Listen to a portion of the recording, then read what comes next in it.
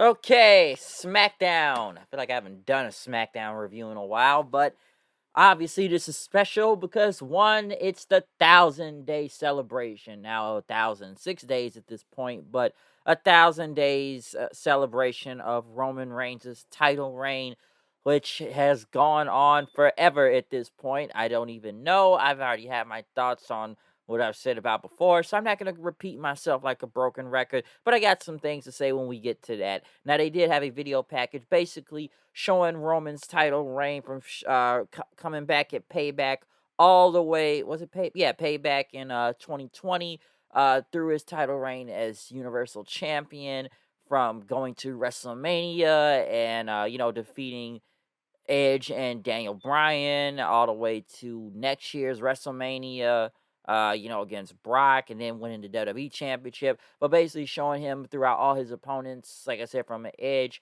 to a Daniel Bryan to Matt Riddle to Brock Lesnar to Finn Balor to Drew McIntyre to Sami Zayn to Kevin Owens to John Cena to Logan Paul. Probably others I may have forgotten. Braun Strowman. It's probably more than that, the more that I can count, but that's most of the bigger ones I can kind of count. I'm sorry, Goldberg and many others through and Cody Rhodes throughout all of that. Even showing of how his days have surpassed other past champions. And these are like legendary champions. So it's not even just the WWE Championship. They show WCW champions, obviously the WWE Championship and the World Heavyweight title, but they show how he surpassed people from Triple H to John Cena to The Rock, Stone Cold Steve Austin, to a Buddy Rogers, to a Terry Funk, to a Ron Simmons, to a Scott Steiner, to CM Punk, to Brock himself, to and I'm gonna tell you, these guys were like legendary champions. Jack Briscoe, excuse me, who else? Rey Mysterio on that list. JBL, countless, and I mean countless world champions. Like I said, Randy Orton, countless world champions. I'm just naming some that they showed and some I could think of the top of my head, but legendary champions. Harley raced several people, and how he is closing in on what Pedro Morales' title reign may surpass that. So they basically showed basically everything, all the way going up to now. Austin Theory was kind of promo. I didn't care. He was talking about Reigns' title reign, talking about how he can add that title reign too as the U.S. champion, and talking about how he beat Cena and that Sheamus never become a champion, and how Pretty Deadly did the right thing last week in helping him retain his title and stuff. Um, so yeah, right after that, it was a 6-man tag between the Brawling Brutes versus Austin Theory and Pretty Deadly. Not much to say from here. Obviously, Theory and them got the win. They hit the spilled milk, Pretty Deadly, and got the win off of Butch. So there you go. Heyman was in the back talking to Solo about Roman, and after what happened back at Night of Champions, so you just got me on the lookout for everything tonight. Next thing they went to was happy birthday to AJ Styles, by the way, too. So they did kind of go to him early today talking to the OC. It is his birthday today. That's really cool to see AJ Styles, and I saw a lot of people recapping all his title reigns. And, it's great to see that, though. AJ Styles is always one of my favorite wrestlers and in my top 10. And like I said, it's still cool to see him go at this level today. But, like I said, just champion general, WWE champion, TNA World Champion, IWGP Champion, Tag Team Champion, Intercontinental, US, X Division, the inaugural Ring of Honor Pure Champion, I believe also. TNA Legends Champion. Um, it's countless title reigns you can count for AJ Styles and his accomplishments, especially within all of those companies, from the WWE to TNA, to Ring of Honor and New Japan Pro Wrestling. So it's AJ Styles, folks. There you go. But they did have Gallows and Anderson go against Hit Row. The Good Brothers won. Right after that, Top Dollar pushed them off. AJ hit the phenomenal forearm, and fans started chanting happy birthday to AJ then. Hit Row, I forget they're even there, so they're just jobbing to people like usual. Next after that, the Grayson Waller effect happened as Asuka was out there, who basically spoke in Japanese. Um, And Waller talked about her victory over Bianca. Asuka just get hyped up then, and just starts saying anything in Japanese.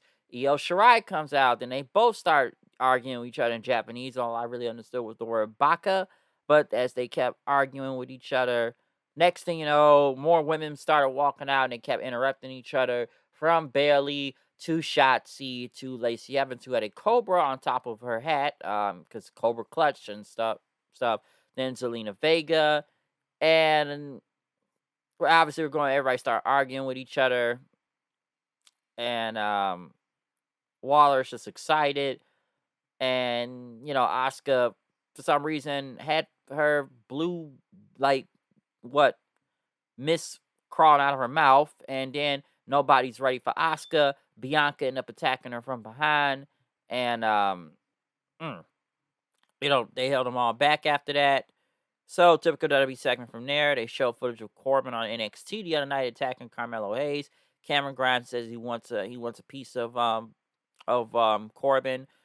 Lacey Evans winning against Zelina Vega, and obviously I've been getting this comment throughout the entire night of them piping in crowd cheers, which I feel like I've seen that more on SmackDown nowadays, and you could obviously see this because the crowd looked like they were sitting on their hands through a lot of this match, so I don't know where all those cheers really came from. Lacey Evans is not over in general. We've already established that, and I don't even know where she's going now. She's like Sergeant Slaughter, but they've literally done nothing with her at this point, so I'm not surprised Vega really won right here. But those you could tell was piped in crowd chants. Like, come on, that crowd was dead and they did not react. Santos, rest of LWO in the back, celebrating that Santos says he's gonna get his chance to get the Money in the Bank. And Ray said, the LWO are gonna be taking over. Montez Ford went against LA Knight, a guy who doesn't need piped in cheers and is over in general. Very over in this match. LA Knight got the one with the roll up, holding on to the ropes, kind of giving Montez and Al may get a second chance at this. So LA Knight being in the Money in the Bank, I'm definitely cool with that. Yeah, so that's good to see. Right after that, excuse me. I know they had a video package for Alba Fire and Isla Dawn. How long are they gonna be holding those NXT tag titles? I kind of wonder that. They're not only unholy union now, so maybe they're gonna get more supernatural. I'm not really sure. But in the last part of the show, Triple H came out there, talked about Roman Reigns, and talked about he's like one of the once in a generation, being on the levels of a Michael Jordan or Muhammad Ali, and he's a future legend. And he came out there with the titles and stuff, and how he's in that elite level of being over 1,000 days as champion. Next, Triple H end up giving him a new championship belt, the new undisputed WWE Universal title, which literally looks like the same belt. Okay, it's just a little bit more gold to it. All right, it's the same belt. It's not a new title. It's the same as the WWE title and the Universal title. It's just a different color. It's not a blue belt. It's not the black belt with the gold in it. It literally looks like the WWE Championship, but with more gold in it. It reminds me when The Rock, which is kind of crazy, damn near 10 years ago at this point, who had his own WWE Championship, and we saw how a new belt came from that at the time. So, yeah, how they remember that the whole WWE World Title thing they put. So yes, this is the new WWE champion. This is the WWE Title 2.0, but undisputed Universal Title. I don't know. It's the same belt. It's the same belt. It's it. It's just one belt now. It's not two belts.